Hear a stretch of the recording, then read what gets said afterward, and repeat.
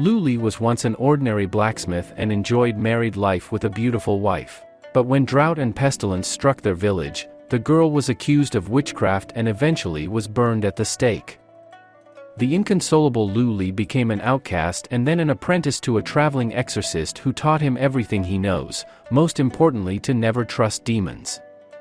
But one day Lu Li meets a girl who looks like his dead wife, and despite the fact that she is a demoness, he decides to protect her from other demon hunters.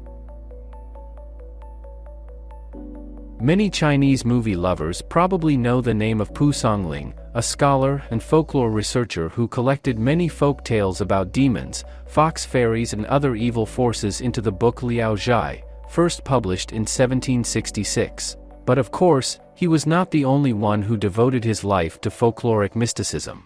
Also well known is Yuan Mei, who began publishing his collections of mystical stories,子不语, which translates as what the teacher didn't talk about, 2 decades later than Pu Songling.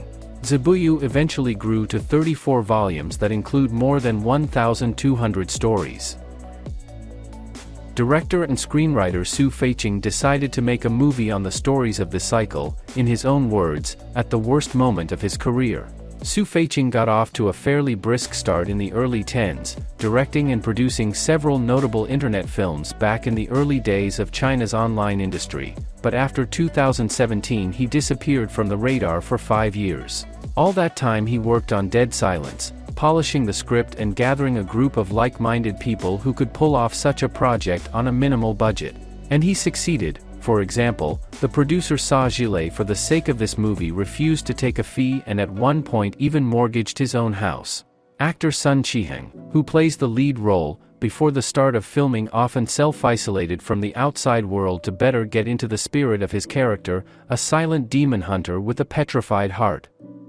Were these sacrifices worth it? History will judge, because Dead Silence didn't become the commercial hit of online streaming, but the audience definitely liked it. And anyone who watches Chinese internet movies on a regular basis will note that this is a movie that, unlike many similar projects, is made with great love. It is noticeable from the script, which delves into the drama much more actively than it is supposed to in this genre, and the level of shooting and staging action, and the overall thoroughness of the approach. Composer Lu Wan wrote for the movie a lot of atmospheric melodies and several emotional songs.